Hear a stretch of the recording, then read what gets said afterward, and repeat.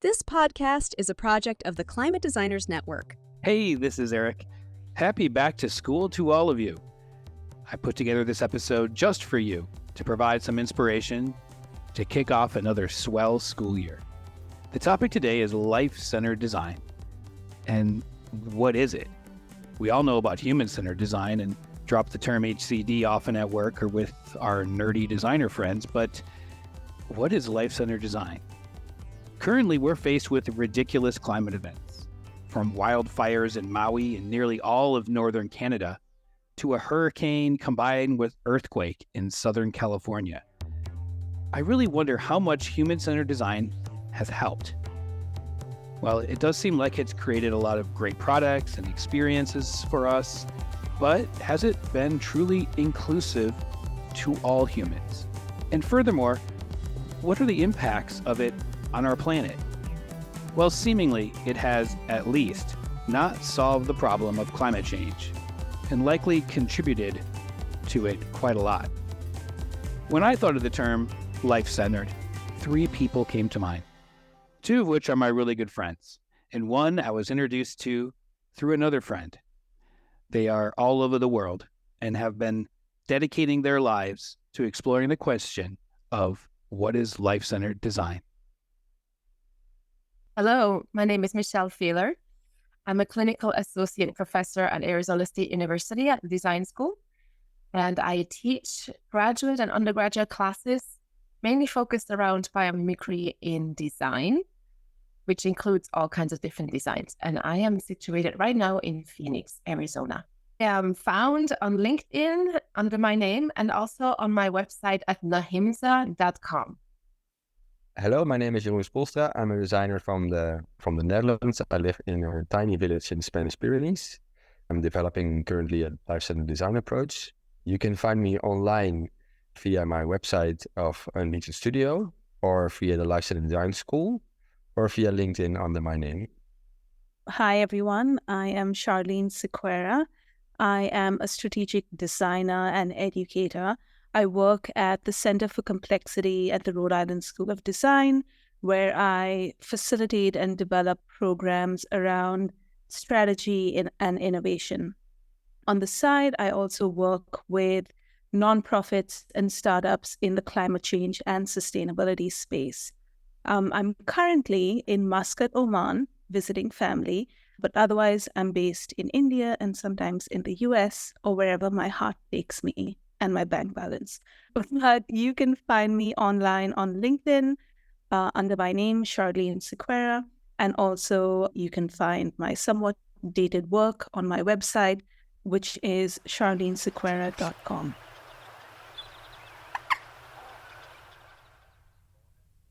Welcome, everybody. There's three people joining me today, which is making this a special edition of Climify, where we're going to be deep diving into the concept of life-centered systems thinking with three amazing guests who focus on that in their own work, whether it be teaching, whether it be out in the world.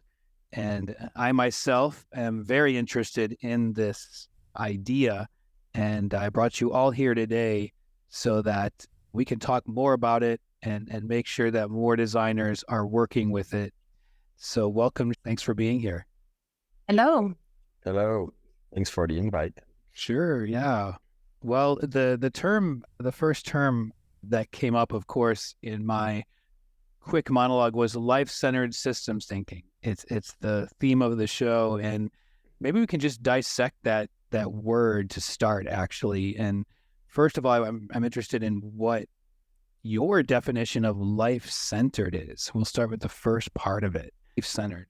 Yeah, I think life-centered is, as the name suggests, putting all life at the center of our design process or inquiry process.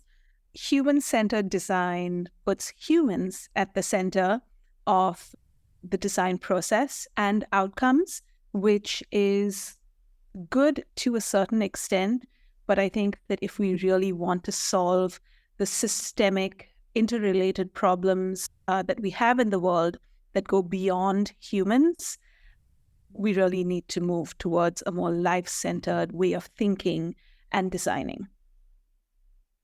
Not only including all life, I feel that the reasoning for why we should include all life is because Homo sapiens is one of the newest species on this planet. The other elders around us have figured out many, many problems already. Mhm. And so learning from others, which include birds and reptiles and fish and plants and trees, that we bring into the life-centered approach can give us a lot of innovative ideas and solutions that are maybe fresh and new and help us go beyond these problems that we have these days. Yeah, that's kind of a beautiful way to look at it. And it also puts in perspective how bad we've been in our short time on this planet.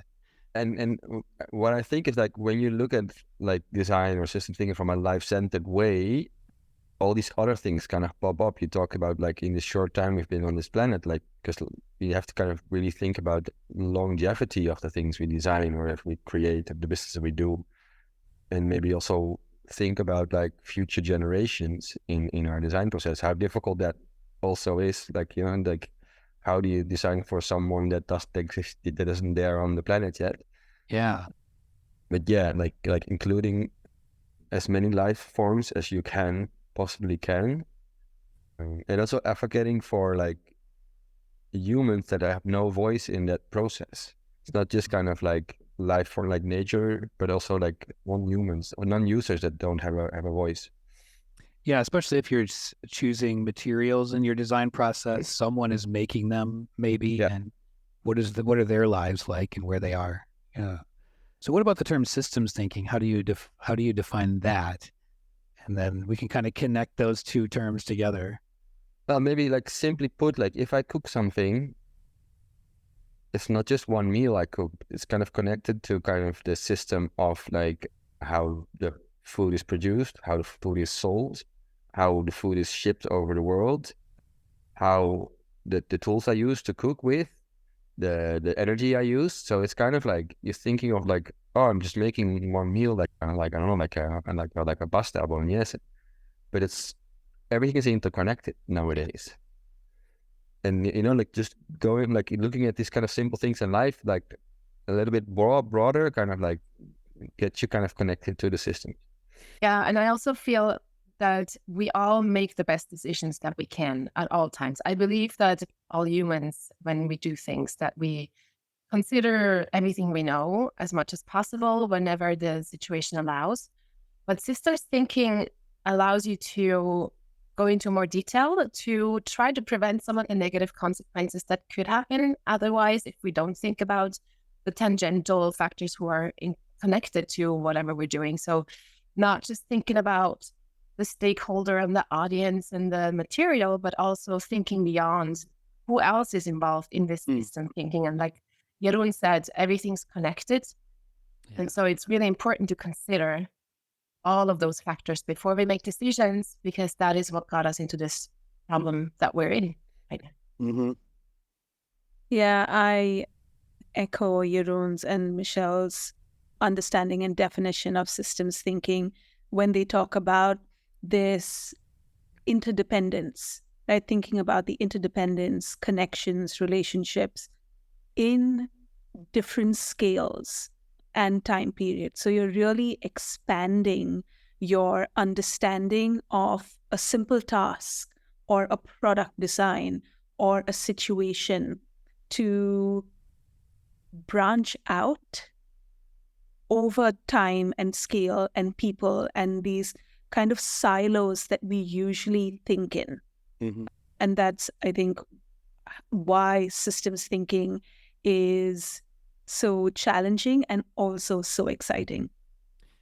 Yeah, so I wonder, as you're all talking, this is something, of course, that I agree with all three of you. This is something that I feel life-centered systems thinking is what we should be doing. And it makes me wonder, right, when we're in the design classroom, we're in a design studio. I mean, it's all about human-centered design and design thinking. And this process, life-centered systems thinking, right, is a big change potentially for a lot of people, but how can we shift designers to think more in the way that they should be, and basically maybe how is this better than human-centered design? That's maybe the selling point, right? It's we need a slogan for it, maybe. Yeah, I know. We need a PR agency. We have we call it like metamorphose into a life-centered designer, like making that shift from human-centered design to life-centered design. Yeah. I got critiqued the other day by a designer from Kenya that I was making it too black and white, the difference between human-centered design and life-centered Oh, design. really? And he had a point. Oh, okay. So what was your comparison? It was kind of like like human-centered design is degenerative and life-centered design is regenerative, and human-centered design is short-term thinking and life-centered design is long-term thinking. Oh, right. You're making yeah, I see. Yeah, and it was still polarizing, and I had to agree, and because I really looked at it from my own like narrow perspective. Mm-hmm. So it's more like making it like, I think human-centered design has a really big role to play still. Also, when it comes to like societal challenges or social innovation, but I think it lost its kind of core meaning. Maybe it's now all about like it's kind of like making basically like creating more sales for the company you're doing the right design for, or design thinking. More capitalist. Well, maybe it should be more like used again as a holistic approach for social challenges. Mm-hmm. And life-centered design is a step further, and that kind of includes kind of also the non-human world and kind of the non-users. And it's kind of like it's more like a trajectory, I think, or like an equalizer, like when depending on the challenge, what do you need? And maybe evolution, where we look at human-centered design and take the best pieces of it and we infuse the life-centered into it instead of saying either or. Right.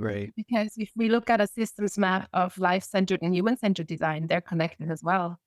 So not excluding one or the other is important. And sometimes we have to push a little harder on one button for people to acknowledge and incorporate something new. And that's maybe what we're trying to do. But in the end, taking the best of both, I think would be a really good solution. Yeah, I definitely think that it's an evolution from human-centered design. Life-centered systems thinking definitely takes on some of the aspects that human-centered design hopes to accomplish. As Jeroen was saying, human-centered design is used for social impact work, to look at uplifting certain communities and addressing these systemic challenges. However, because of its popularity and commercialization, it's been simplified in order to be packaged and sold for companies and organizations who want a quick yet smart solution, right? Which is always a challenge. And I think in comparison, life-centered systems thinking, as I see it, is not just a set of methods and tools that you print out and use and, automatically get success. But life-centered systems thinking is more of a mindset, more of a continuous practice and a fluid guide that is agnostic and embraces complexity without wanting to simplify the world in order to get that amazing shiny solution at the end. Right. It's messy. Yeah, that's what I'm going to say. It is, and I wonder. Can I oppose to that a little bit? Yes. Oh, yes. Okay. Because I thought the same when I started. It needs to be a philosophy and it needs to be like a mindset and all true. But then when I chose to kind of fully focus on life-centered design and make a living with my design studio, my school, people ask me, how do I learn this? Mm-hmm. Or how do I apply this in my organization? And then it comes down that you have some sort of a few methods that can help go through that process. So you do need some tools for that. I totally agree with Charlene that not try to simplify it, but like have tools that help people think and create the right, like think about it and find the right design challenges and then create the right solutions. So for me, it's also an approach. It's also a process which you have to, and that process is more like maybe in the mind of the receiver, because they kind of need to understand how you go from like a problem to kind of like a solution or an answer. So it does, for me, personally, it does need like some sort of like process with some tools. I agree. I think having a structured framework of some sort to help people engage with life-centered systems thinking and actually apply it is super important. So I agree with Jeroen disagreeing with my statement, and we're going to make a new statement together. Yeah, and I agree with the idea that the polarization is probably bad, right? It doesn't work in politics, right? That just divides us. It's the life-centered camp versus the human-centered camp, and that doesn't get us anywhere because we want more cooperation. And so, yeah, I agree with everything that you guys have been discussing so far. So, Eric is agreeing with everything. That's not a good Eric sign. Disagree. I know. I want Eric to disagree. This has to be a fun podcast. Okay, I will start to disagree just for the sake of disagree. You need the devil's advocate in this. I'll be the devil's advocate soon. I definitely will. But I still, so there's a quote that Charlene said when I was talking to her a while ago, and that was that she described life-centered systems thinking as a more immersive design process where you merge strategy with your heart. And I don't even know if you remember saying that, but it stuck out to me as, and it connects with that idea of cooperation between the two different camps potentially of designers. So I'm wondering, do you remember, first of all, saying that? And can you talk more about why you defined it that way? Well, I actually do remember, surprisingly, that I said that only because I wrote it down in my notebook. You wrote down your own quote when you said it. I drew a little diagram. Okay, that's better. That's what I usually do. But I think that I would not define it, well, not call it a definition so much as a recommendation. Because as we engage with life-centered systems thinking or any other concept or theory or framework, there are different ways to engage with it. As an educator, when you're trying to teach someone or bring them on, you can give them the theory, right, which is using your mind. You can ask them to make something with their hands, but then you also have to inspire them to want to engage in this way. And that's where the heart comes from.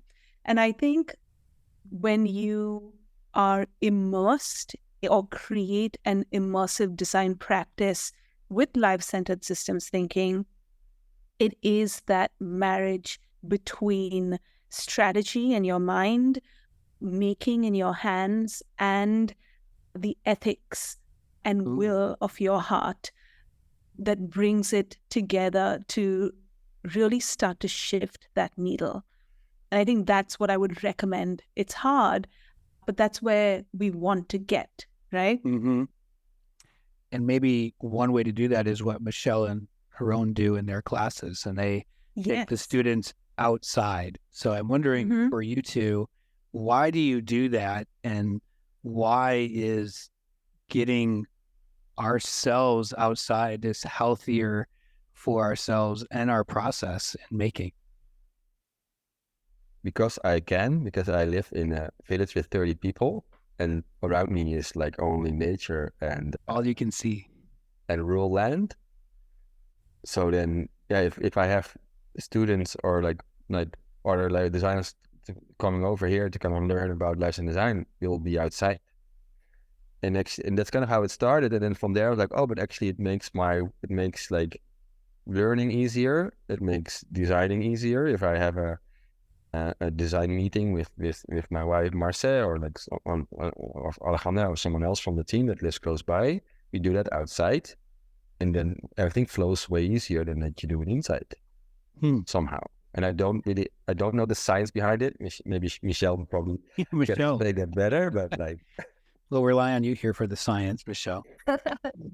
Well, I mean, there's plenty of books out there that talk about the importance of us being outside and what kind of effect it has on our bodies with oxygen levels, stress reduction, creativity. There's all kinds of benefits. But I agree with Jeroen, where it's kind of leveraging nature to help make something super cool. And since it's something that is not done in every class, it makes class way more fun for students. So whenever I take students outside, they take deep breaths and they start talking to each other in different ways, and they start thinking about things in a different way, and they start getting questions. They start with time, they start going outside and saying, like, why is this that way? And that's exactly what we want to have happen, where we question things that we might have walked by 1,000 times, but because we're now present in the moment outside with nature's kind of strategy surrounding us, then it's much easier to kind of tap into that solution space and that curiosity going again. So we took some students to Hawaii in September, and this was the group of students who went through COVID with online classes for the last 2 years. These are graduate students, so their graduate program is 3 or 2 years, depending on which program they're in. But all of them, in their reflections at the end of the week, said that they feel alive again, that That's good. They were able to connect to each other in a much deeper way, and they just sleep much better, and they have all these ideas of what they want to do now with their projects. And so just, I mean, creating that kind of experience inside the classroom is impossible. You can try, but nature is the best way to immerse people into something, and just tapping into that.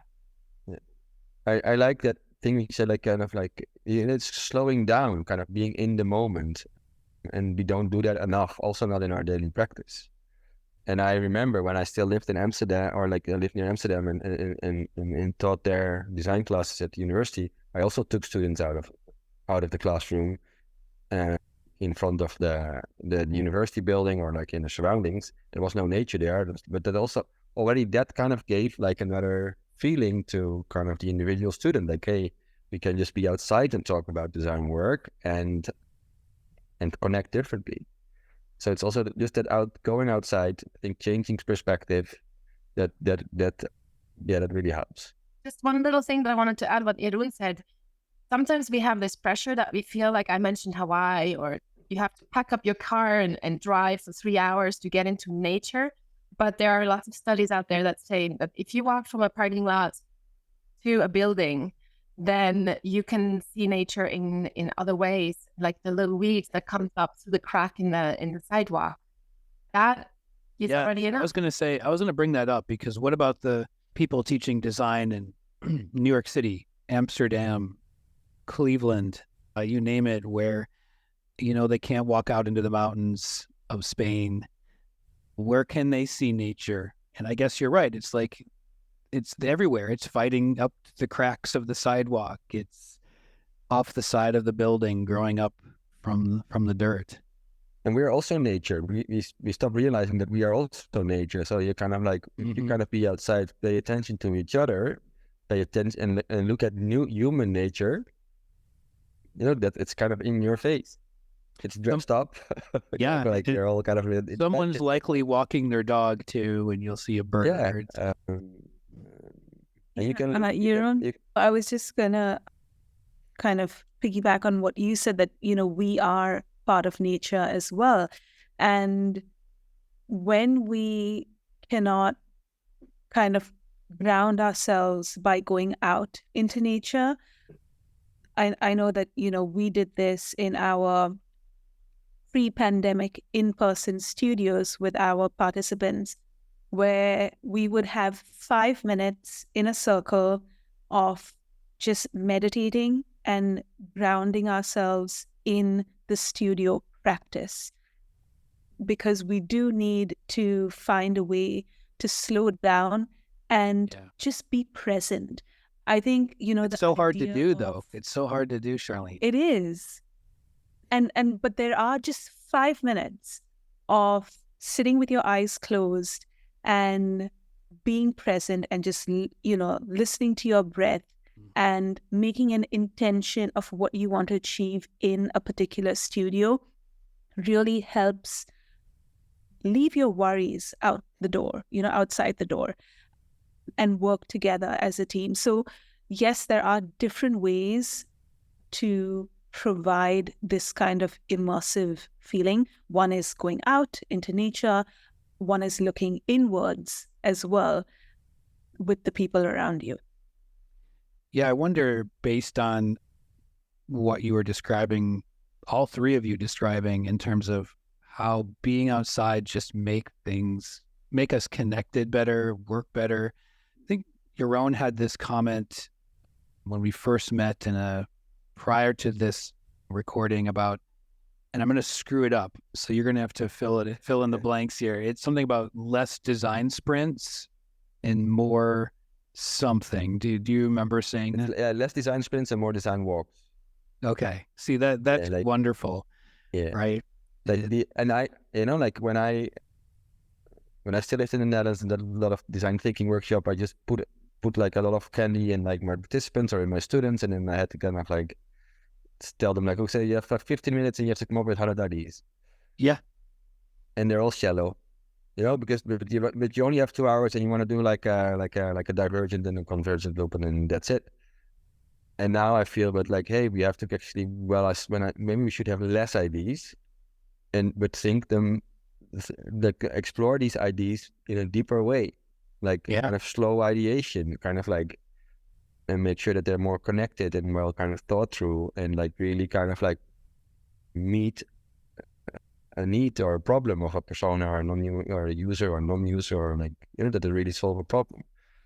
Yeah, because that's really what the opposite of what at least I was taught in design school, which was you're talking about quality over quantity. Yeah. And when I was in school, it was quantity over, I don't know, maybe it wasn't quality, it was something else, in that draw as many ideas as you can as fast as you can and something will come out of it.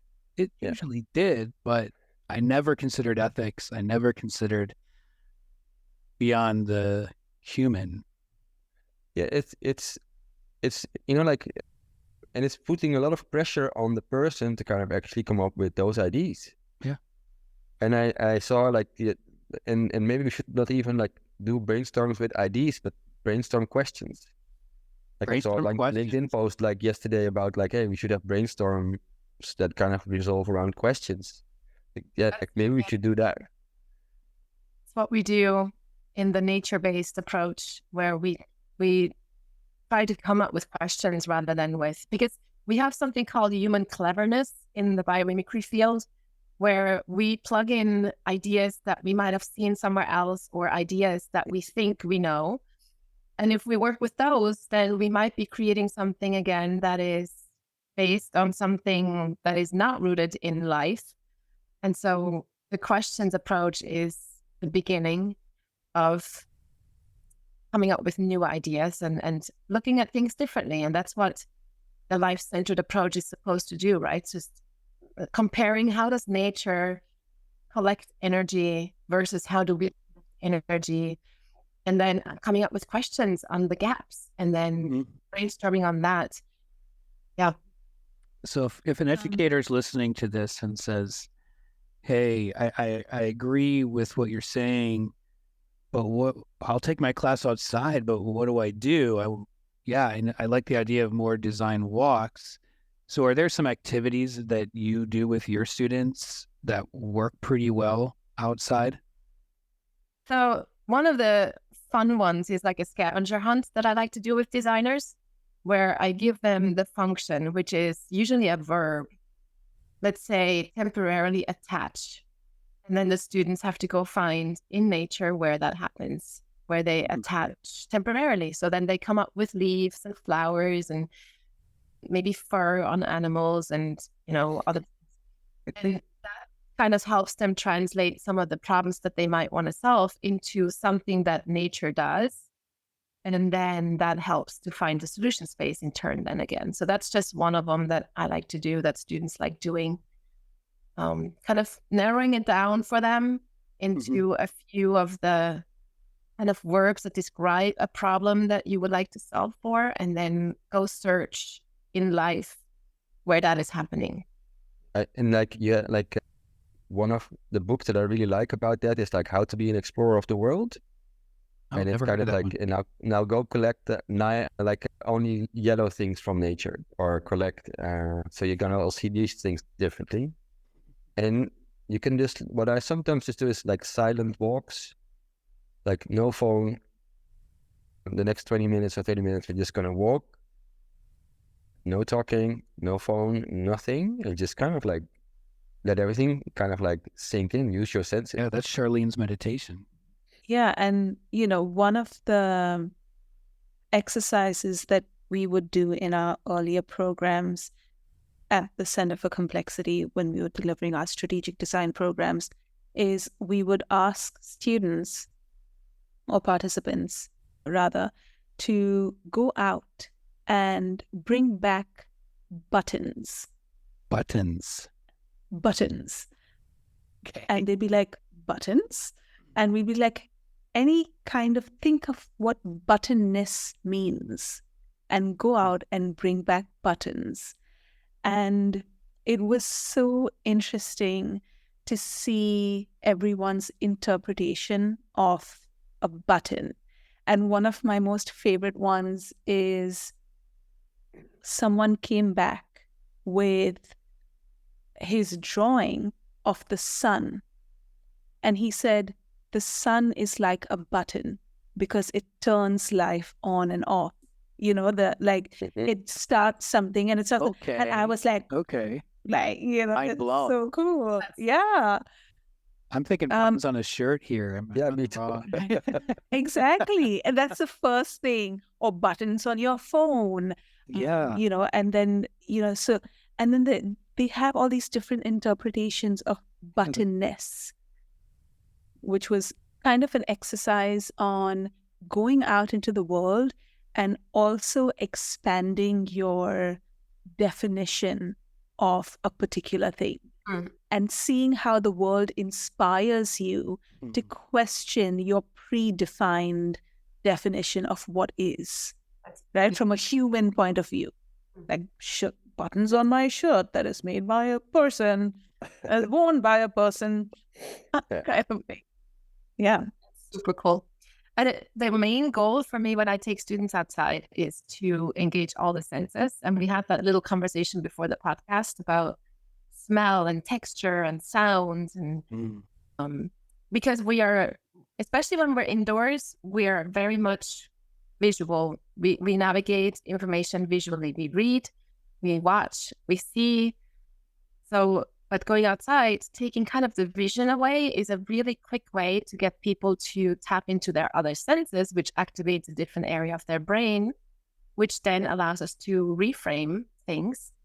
And that helps a lot to get students into that mindset quickly. So like Jeroen, the outside walk, when we go to the botanical garden, we always have a walking meditation where we try to hear the feet on the gravel, where there's no talking, and we walk really slow and consciously and with intent. And that helps to take everything that happened before, when you had to catch the bus and you rode your bike, and whatever happened before is behind you. And right now you're just right here and you're engaging your senses in a quick way. And that really helps to immerse. And taking like forest rangers or biologists or ecologists with you, because they have so much knowledge about like nature, natural life, species. They look through different lenses. Like I look through a design lens, but they look through their own lens, and that is so enriching. Like that gives so much new information, new insights, and if you combine that with the senses, it becomes very rich. We'll take a quick commercial break here and then get back to the conversation. Where do young designers see themselves at the intersection of climate change and innovation, and how can we teach that intersection in the classroom? Designers are problem solvers, capable of imagining solutions for a more sustainable future. My name is Rachel Cifarelli, and I'm part of the Climate Designers New Wave team. In the past few years, New Wave has released 2 reports exploring students' experiences of climate design education, or lack thereof, and what they hope to see in their classes. Now we want you, design educators, to use this research in your classrooms. And this summer, we're giving educators a chance to talk to the New Wave team directly. Twice a month, the New Wave researchers will be available to walk you through our findings, answer any questions you have, and help you implement actionable project briefs directly into your classroom. We'll also show you how to use our media kit to easily share the research with your students and how they can sign up to be a participant. Head to climatedesigners.org/edu/newwave to sign up for a call with the New Wave team. Help us inform a new wave of design education, one that teaches every designer how to be a climate designer.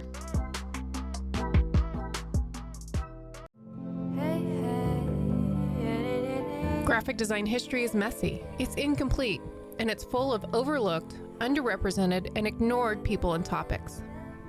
Incomplete Design History podcast explores those topics and talks about those people to deepen and expand our knowledge, understanding, and interpretation of the history of graphic design. Season 1 and 2 are already available, covering women from graphic design history and BIPOC designers and design culture. Be sure to subscribe to Incomplete Design History wherever you listen to podcasts and get caught up before Season 3 drops in the fall of 2023.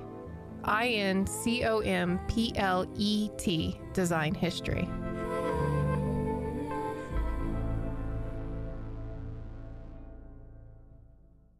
So I'm wondering, like you guys do this really well, and you've been doing it for a while. If someone wants to get started doing this and they don't maybe feel comfortable leading a meditative practice on a walk, what are some things that they can do even to feel more comfortable doing that? Or can they work with somebody? I mean, obviously, call any of the 3 of us here and they will be happy to help in some way. But I'm thinking very practical. I want to do this in my class. I don't know if I feel comfortable leading a meditative practice, but I could try. Is there anything that could help me that you guys do? Like, you can just start with making in design practice we use personas. You can make a non-human persona. You can make a persona of a tree that's just outside of your school building. Oh yeah. The tools. If you Google non-human persona, there's a few tools popping up. You can just start doing that walk. Maybe the easiest way is do a walk for half an hour and then have a reflection session about what you felt. And what you see Okay, that's a good one. I thought Jeroen was going to say you see a tree and then you tell the students, be a tree, and everybody stands still. And it's like yoga there. Yeah. Free pose. I think there are various and multiple entry points into, this kind of work, this immersive work. Going on a walk and doing it badly the first time is a good place to start. Just like with anything else, this is a practice, and you need to start and you will learn about yourself and the challenges that you face, the challenges that your students face, and be willing to pivot and change accordingly. And that's, again, I think one of the characteristics of life-centered systems thinking is it is emergent and it evolves. So just start, I think, would be my advice. For you. Don't be afraid and to try. Right? Yes, definitely. Because believe me, I still feel that I am always learning and failing and doing things badly, which is also fun, I think. It's kind of like if you're a teacher or someone that's facilitating, let's try something new together. Mm-hmm.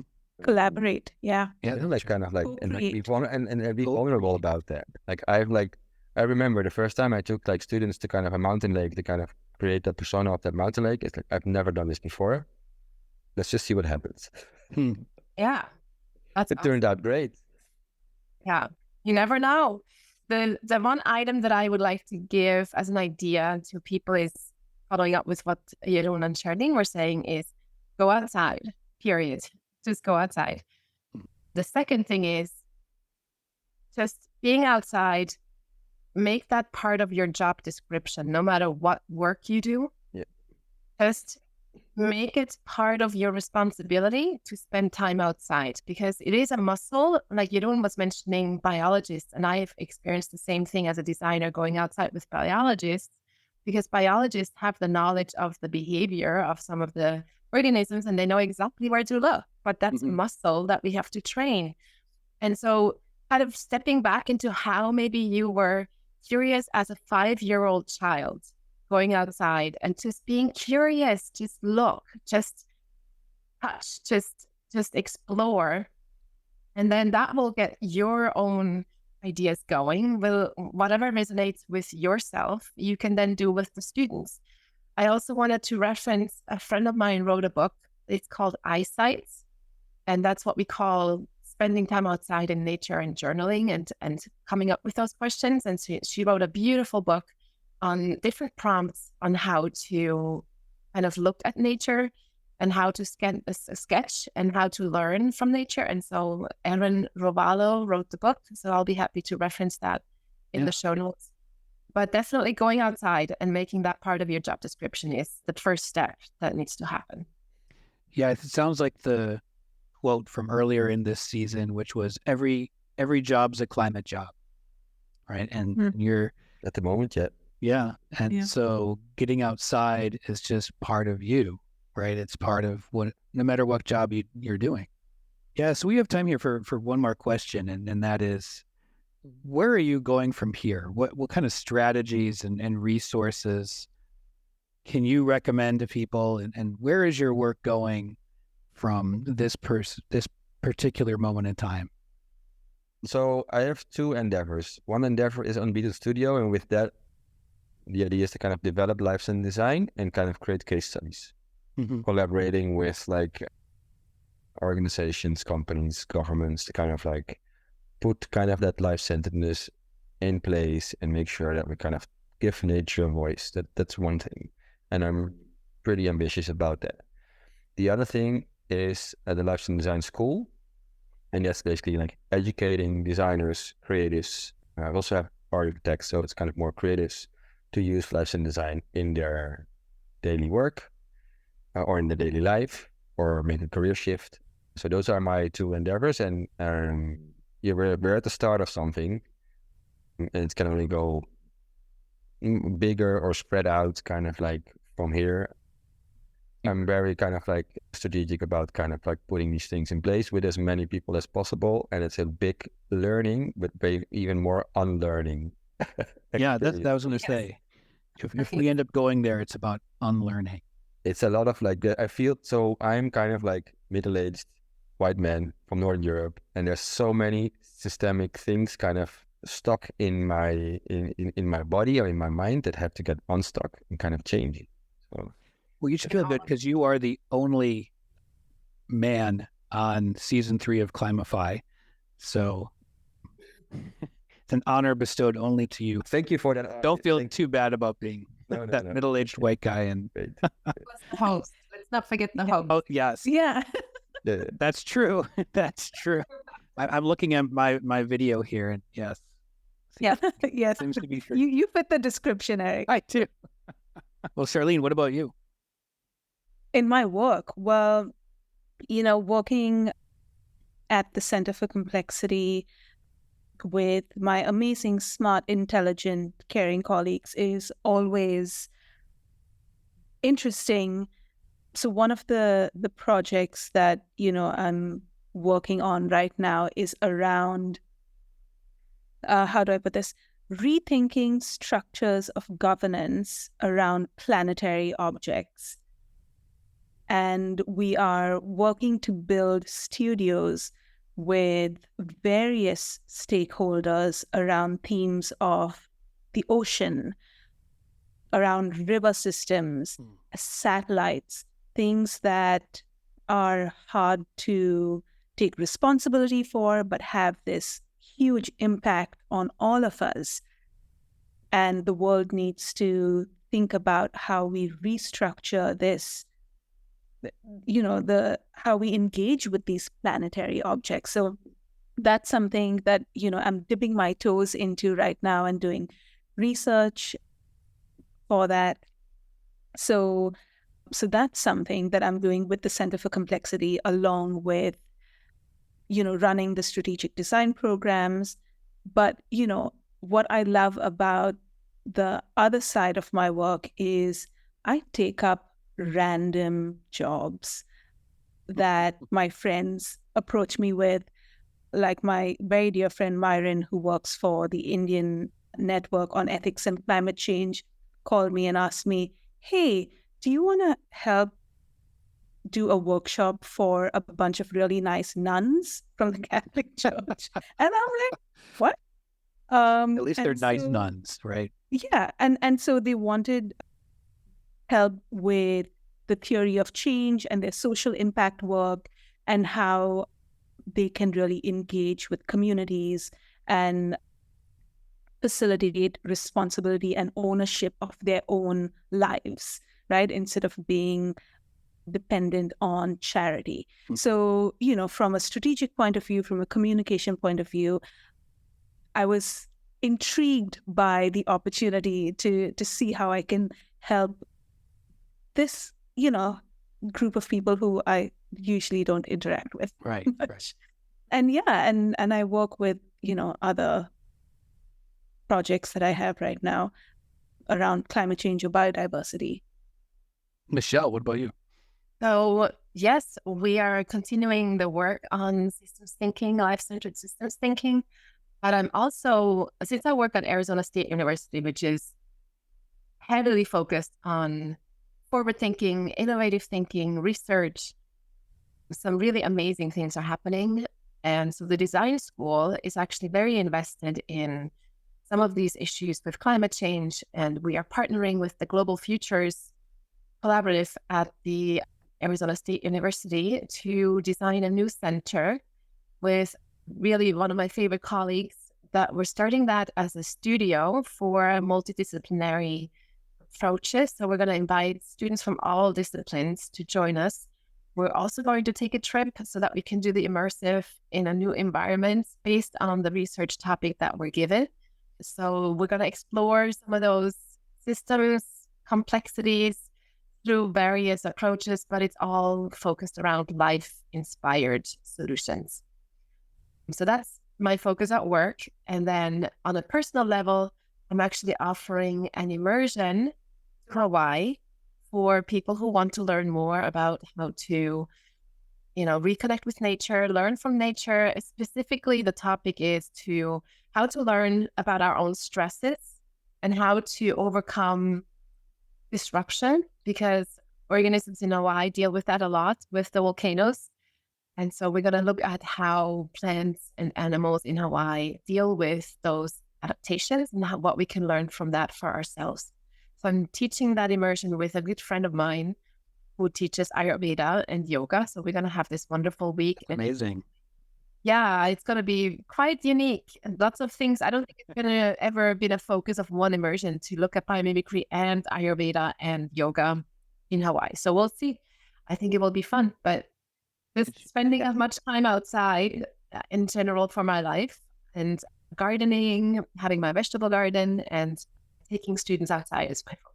Well, it sounds amazing. Yeah, sounds amazing. And from everything I heard from you three today, it sounds, what my takeaway is that if you're listening to this episode, the best thing you can do is just go for a walk outside and listen, smell, feel, see, be inspired, empathize with what's around you.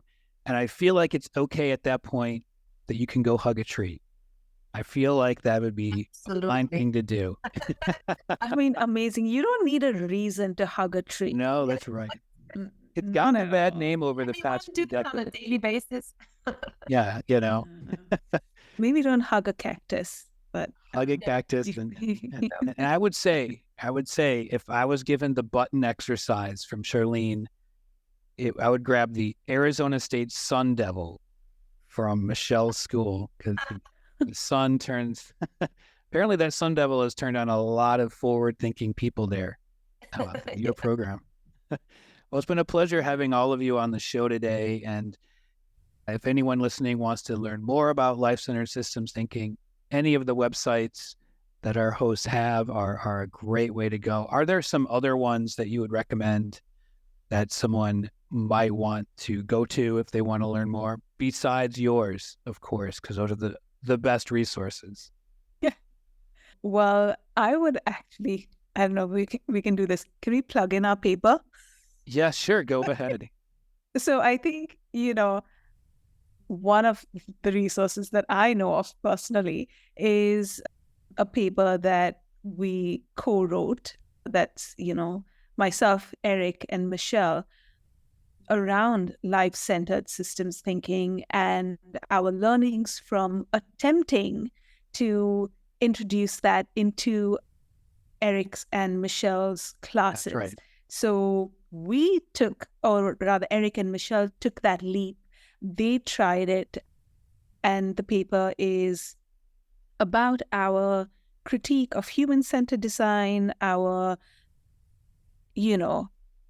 recommendation to move towards life-centered systems thinking, and how we attempted to try that and implement that in the graphic design classroom and our learning. So I think if anybody is looking to figure that out and implement these ideas in their classroom, that paper would be a great first start. And it also has references, so it will be a good starting point to kind of get other references as well. I'll link to it in all the notes as well. Put a star next to it. Yes, great mention, Charlene. And Eric and I have been doing some workshops with other educators as well. So if you read the paper and you like what you're reading and you have more questions, just feel free to reach out. All three of you have been very inspiring. I know that from working with Michelle and Charlene, that got me interested in the term life-centered. And so I've been doing that more in my work. And I hope if you're listening to this program that you take the leap as well and give it a shot with your design students. For all of you, it's been a wonderful time talking with you today. I'm sorry we only had the short time that we did, but I appreciate it, and good luck in your current projects. Yeah, thanks so much, Eric. It's always a pleasure speaking with you. And I'm super excited and humbled to be on your podcast. Very honored. So thank you. Same here, Eric. Thank you so much for the invitation. And it was such a wonderful conversation early in the morning, but it's a great way to start the day. Thanks so much for having me on here. This podcast is co-produced by Bianca Sandico and me. A big special thanks to Ellen Keith Shaw and Christine Pilot for their gorgeous work on our new branding, Batul Rashik and Mark O'Brien for their continued design help, Brandy Nichols and Michelle Wynn for their strategic guidance and always supporting me on this podcast. If you enjoy the work we all do here and you have a spare minute or two, we would truly appreciate it if you left a rating and review over at Apple Podcasts. The more folks that review our program, the higher the algorithm pushes up Climify in the search results. And in turn, the more likely we all can learn how to become climate designers.